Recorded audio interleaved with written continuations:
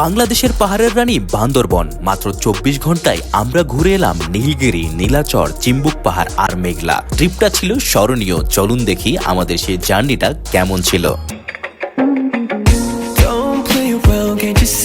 আমি মোটরসাইকেলে চড়ে সাইদাবাদ বাস স্টেশন পর্যন্ত পৌঁছালাম। সেখানে সবাই মিলে একসাথে আমাদের নির্ধারিত বাসের কাছে গেলাম। তারপর বাসে চড়ে বসলাম। সকলের সাথে পরিচয় বিনিময় শেষে আমাদের বাস চলতে শুরু করলো।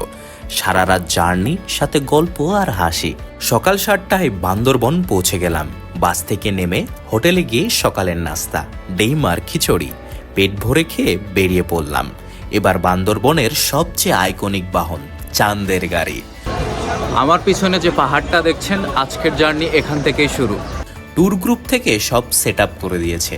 একটা গাড়িতে 10 থেকে 12 জন করে উঠলাম আর শুরু হলো পাহাড়ি রাস্তার যাত্রা।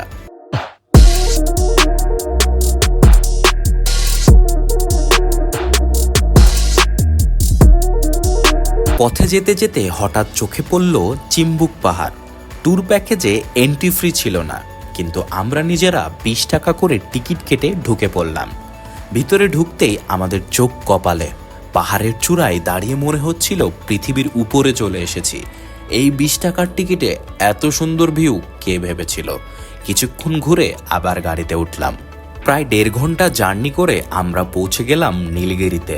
ট্যুর গ্রুপের টিকিটে ঢুকে পড়লাম। ভিতরে ঢুকতেই প্রথমে নীলগিরির সামনে ফটো সেশন। তারপর এক কোনায় গিয়ে দেখি, বাহ, চারিদিকে শুধু মেঘ আর পাহাড়। হাত বাড়ালেই মনে হচ্ছিল যেন মেঘ ছোঁয়া যাবে। হ্যালো গাইস, দেখুন দেখুন আমার পিছনে মেঘের সাম্রাজ্য। মনে হচ্ছে যে হাত দিলেই মেঘটা ছোঁয়া যাবে। জীবনে প্রথমবার এলাম, আপনাদের সবারও একবার আসা উচিত।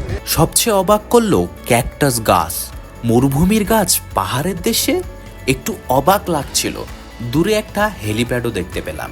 সেখানে হেলিকপ্টার নামে, অর্থাৎ যারা বাস বা গাড়িতে চড়ে আসতে পারে না তারা হেলি চেপে আসে।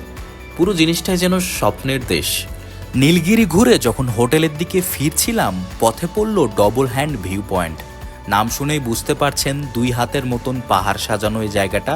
কিন্তু ভাগ্যিস সেখানে পৌঁছেই বুঝতে পারলাম জায়গাটা এত ভিড় বা এত লোকের কোলাহল যে দাঁড়ানোর মতো জায়গা নেই। ছবি তোলার জন্য প্রতিযোগিতা, ক্যামেরার ফ্ল্যাশ, চারিদিকে হই হুল্লোড়। আমরা চেষ্টা করলাম ছবি তোলার, কিন্তু সেরকম জায়গা পেলাম না। তাই বেশি সময় না কাটিয়ে আবার গাড়িতে উঠে পড়লাম। হতাশ লাগলো, কিন্তু ভ্রমণের এটাও একটা বাস্তবতা। সব জায়গা শান্ত থাকে না, কখনো কখনো ভিড়ের সাথেও লড়তে হয়। আবার হোটেলে ফিরে দুপুরের খাবার, মুরগি, ডাল, সবজি, ভাত পেট ভরে খেলাম। তারপর আবার চাঁদের গাড়িতে চড়ে রওনা দিলাম নীলাচলের দিকে। শহর থেকে মাত্র 4 থেকে 5 কিলোমিটার দূরত্ব।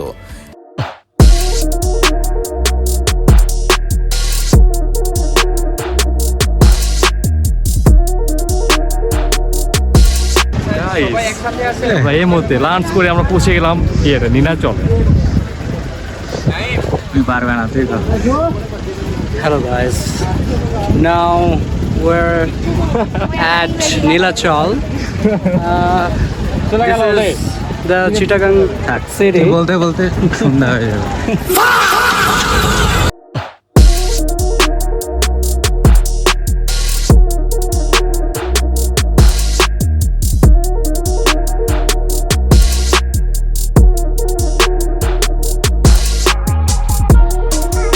বড় কথা হচ্ছে ফিলিংস তো কখনো ক্যামেরায় বোঝানো যাবে না। এটা বুঝতে গেলে অবশ্যই গন্তব্যে আসতে হবে। তো এটা হচ্ছে আমাদের নীলাচল। আপনারা সবাই আসবেন, ভিজিট করবেন, সবাইকে দেখায় নাকি? হ্যাঁ, অবশ্যই।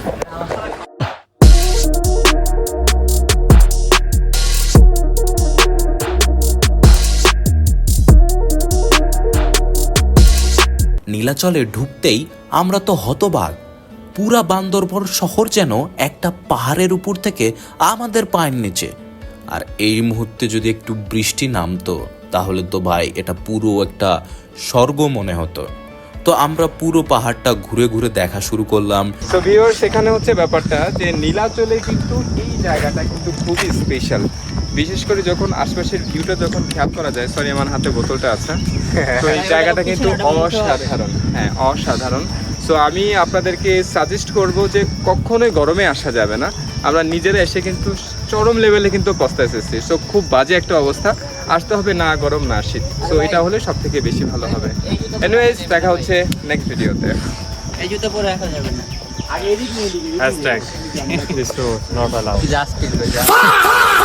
দূরে অনেক স্পট দেখা যাচ্ছিল, কিন্তু ক্লান্তির কারণে সেখানে যাওয়ার কোনো ইচ্ছাই হয়নি। পরে আমরা রিল্যাক্সে কিছুক্ষণ সেখানে সময় কাটালাম, ফেরত আসছিলাম। সেই সময় একটা জিনিস আমাদের অবাক করলো, সেখানে একটা গান বাজনা হচ্ছে।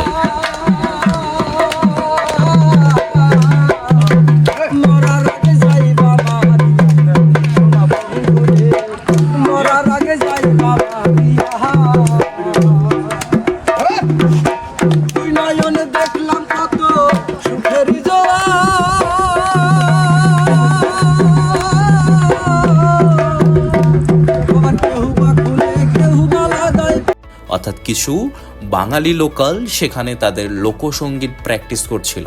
তো সেটা কিছুক্ষণ উপভোগ করে আমরা সেখান থেকে বেরিয়ে পড়লাম আমাদের শেষ গন্তব্য মেঘলার দিকে।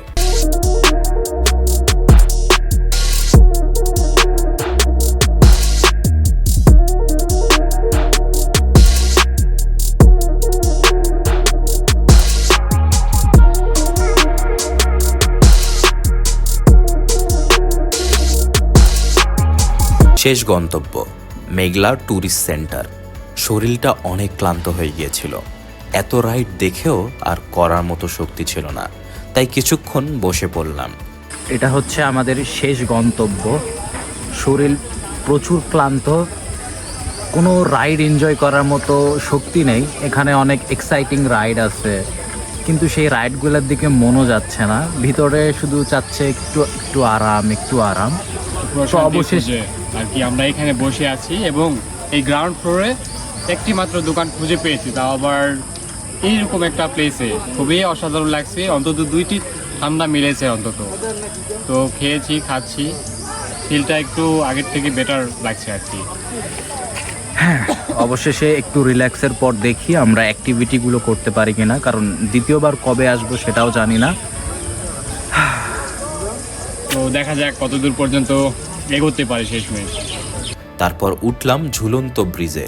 পাহাড় থেকে পাহাড়ে এই ব্রিজে হাঁটতে হাঁটতে মনে হচ্ছিল যেন এক অ্যাডভেঞ্চার সিনেমার দৃশ্য।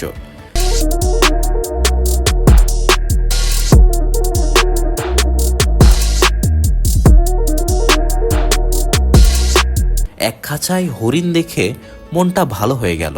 সন্ধ্যা পর্যন্ত সেখানে আড্ডা দিয়ে আমরা আমাদের সেই খাবার হোটেলে ফেরত আসলাম। বাস আসতে আরও দেরি ছিল, তাই শহরটা ঘুরতে বের হলাম। আর সেখানেই নাইমের পছন্দ হয়ে গেল এক জোড়া জুতো। দামটাও বেশ কম ছিল, তাই কিনে ফেলল। নাইমের জুতো কিনা শেষ হয়ে গেলে আমরা সেখানে রাতের খাবারটা সেরে নিলাম। তারপর বাসে ফিরে আসলাম। ফিরে এসে দেখি চারিদিকে সবাই ক্লান্ত, কিন্তু চোখের কোণে একটু তৃপ্তির হাসি। স্বপ্ন দেখতে দেরি নেই, আর সেটা পূরণ করার জন্য অনেক টাকারও দরকার নেই। চিম্বুকের 20 টাকার টিকিটে যে সৌন্দর্য দেখলাম, সেটা দিয়ে বোঝা যায় কিছু জিনিস টাকায় মাপা যায় না। আর যারা ভাবেন পাহাড় দেখা অনেক দূরের স্বপ্ন, তাদের বলবো শুধু একবার বেরিয়ে পড়ুন, আপনারাও দেখবেন মেঘের সাথে হাঁটাটা কত সুন্দর। আর এই জার্নি শেষ হলো না, থামলো শুধু, নতুন জার্নি শুরু হবে আবার। তো ভিডিওটা কেমন লাগলো কমেন্টে অবশ্যই জানাবেন। ভালো লাগলে সাবস্ক্রাইব করতে ভুলবেন না। দেখা হচ্ছে পরের ভিডিওতে, ততক্ষণের জন্য টাটা, বাই বাই।